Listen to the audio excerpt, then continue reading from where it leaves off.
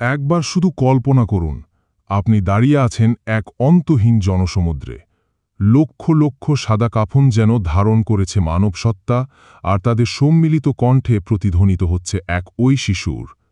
লাব্বাইক আল্লাহুম্মা লাব্বাইক, লাব্বাইক লা শারীকা লাকা লাব্বাইক। شريك لك لبيك إن الحمد والنعمة لك والملك لا شريك لك لبيك اللهم لبيك لبيك لا شريك لك لبيك إن الحمد والنعمة لك والملك এই ধ্বনি শুধু কণ্ঠের নয়, এ যেন আত্মার গভীরতম প্রদেশ থেকে উঠে আসা আকুতি।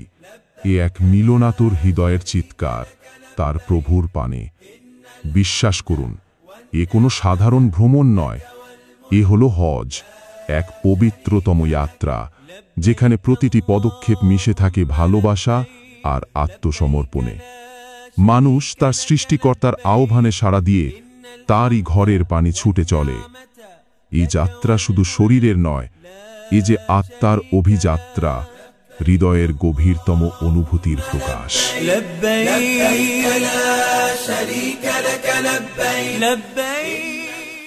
কি এই মহিমান্বিত আহ্বান? এই একটি শব্দেই লুকিয়ে আছে তীব্র আকাঙ্ক্ষা, এক মহান উদ্দেশ্য নিয়ে যাত্রা করার সংকল্প। ইসলামের যে 5টি স্তম্ভের উপর দাঁড়িয়ে আছে, হজ তার অন্যতম। একজন মুসলমানের জীবনে যদি তার শারীরিক ও আর্থিক সামর্থ্য থাকে, তবে জীবনে অন্তত একবার হজ পালন করা ফরজ, এক পবিত্র দায়িত্ব। কিন্তু হজ শুধু কিছু নিয়ম পালনের আনুষ্ঠানিকতা নয়, এ হলো আত্মার অনাবিল প্রশান্তি। দেহ, মন এবং আত্মাকে একীভূত করে মহান আল্লাহর কাছে নিঃশর্তে সঁপে দেওয়ার নামই হজ। এ যেন এক ফোঁটা শিশিরের মহাসাগরে মিশে যাওয়া।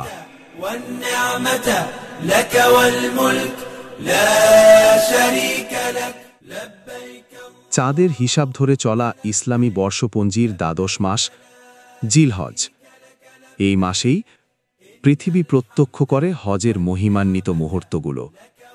মূল হজের কার্যক্রম শুরু হয় 8 জিলহজ থেকে, আর তা 13 জিলহজ পর্যন্ত বিস্তৃত থাকে। এই কয়েকটি দিনে একজন আল্লাহর মেহমান, একজন হাজি মক্কা, মিনা, আরাফাতের ময়দান, মুজদালিফা এবং কাবা ঘরের পবিত্র চত্বরে সম্পন্ন করেন বিভিন্ন আমল। প্রতিটি স্থান, প্রতিটি কাজ যেন কথা বলে ওঠে ইতিহাসের ভাষায়।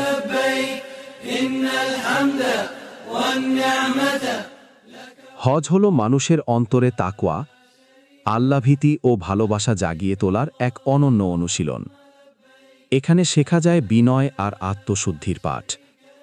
সেই পবিত্র ভূমিতে মুছে যায় সকল ভেদাভেদ।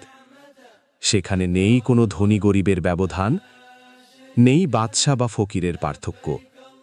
শুভ্র এক কাপড়ে আবৃত প্রতিটি মানুষ একই নিয়মের শৃঙ্খলে আবদ্ধ। ভাষা, বর্ণ, গোত্রের ঊর্ধ্বে উঠে সবাই একাকার। হজ আমাদের চোখে আঙ্গুল দিয়ে দেখিয়ে দেয়, এই পার্থিব জগতে কোনো কিছুই চিরস্থায়ী নয়। না আমাদের অর্থবিত্ত, না যশ খ্যাতি। চিরস্থায়ী কেবল একজনই, তিনি মহান আল্লাহ, আর তার প্রতি আমাদের পূর্ণ আত্মসমর্পণ।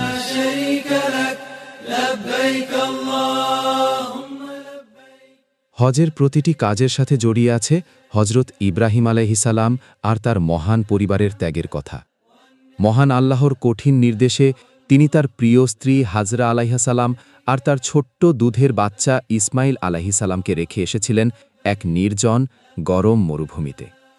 তৃষ্ণায় যখন শিশু ইসমাইলের জীবন যায় যায় অবস্থা, তখন ভালোবাসাময়ী মা হাজরা আলাইহিসালাম পাগলের মতো পানির জন্য সাফা আর মারোয়া পাহাড়ের মধ্যে 7 বার ছুটেছিলেন।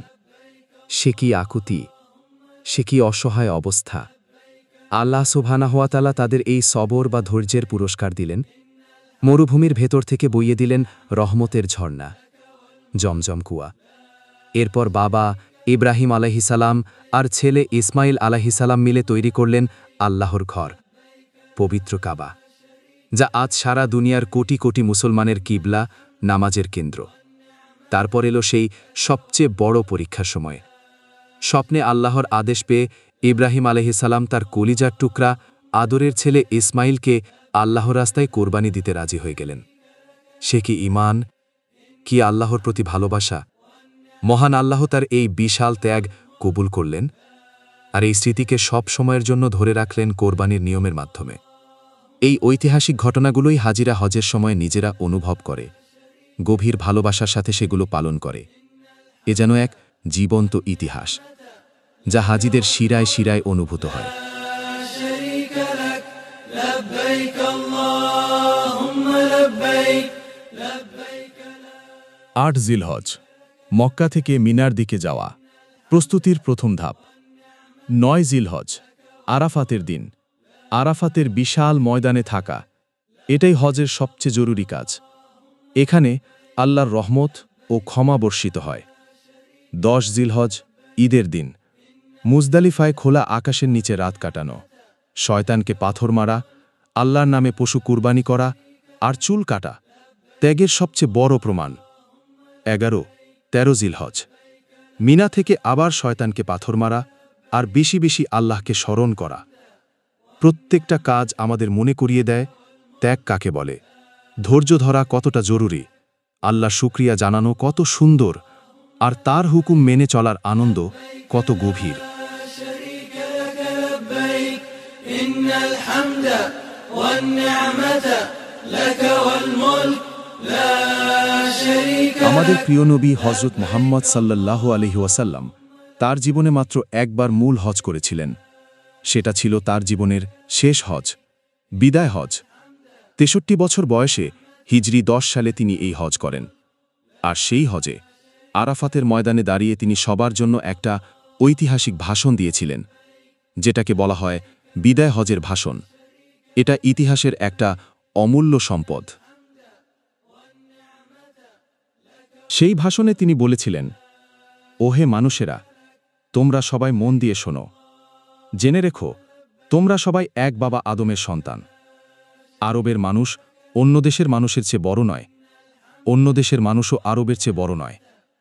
সাদা মানুষ কালো মানুষের চেয়ে বড় নয়, কালো মানুষও সাদা মানুষের চেয়ে বড় নয়। শুধু আল্লাহকে যে বেশি ভয় করে সেই বড়। সাবধান, মেয়েদের সাথে ভালো ব্যবহার করবে, তাদের ওপর দয়া করবে, তাদের ভালোবাসবে, কারণ তারা তোমাদের দায়িত্বে আছে। মনে রেখো, তোমরা একে অপরের কাছে আমানত রাখো, কারো আমানতের ক্ষতি করো না। আমি তোমাদের জন্য দুটো জিনিস রেখে যাচ্ছি, আল্লাহর কিতাব, আল কোরআন, আর আমার সুন্নাহ, আমার জীবন চলার পথ। যদি তোমরা এই দুটোকে শক্ত করে ধরে রাখো, তাহলে কখনো ভুল পথে যাবে না। এই ভাষণ শুধু সেই সময়ের আরবদের জন্য ছিল না, এটা ছিল সারা দুনিয়ার সব মানুষের জন্য একটা পথ চলার নির্দেশ, একটা নৈতিকতার আলো, যা আজও আমাদের জন্য সমান জরুরি। হজ কোনো গতানুগতিক ধর্মীয় আচার অনুষ্ঠান নয়, এটি এক গভীর আত্মিক বিপ্লব, যা মানুষের ভেতরের জগৎকে আমূল বদলে দেয়। একজন মানুষ হজের প্রতিটি ধাপ আন্তরিকতা ও ভালোবাসার সাথে সম্পন্ন করে ফিরে আসে, সে যেন হয়ে ওঠে এক নিষ্পাপ নবজাতক, যার অতীতের কোনো গুনার কালিমা তাকে স্পর্শ করে না। সে ফিরে আসে এক নতুন জীবন নিয়ে, এক নতুন প্রত্যয় নিয়ে। এই হজ আমাদের শেখায় প্রকৃত আত্মত্যাগ কাকে বলে, ধৈর্য ধারণ করা কতটা মূল্যবান, আর সর্বোপরি মহান আল্লাহর প্রেমে নিজেকে নিঃশর্তে বিলিয়ে দেওয়ার মধ্যে যে কি আপার প্রশান্তি ও আনন্দ রয়েছে তা অনুভব করায়। এই হজের আলোয় যেন আমাদের সকলের জীবন উদ্ভাসিত হয়।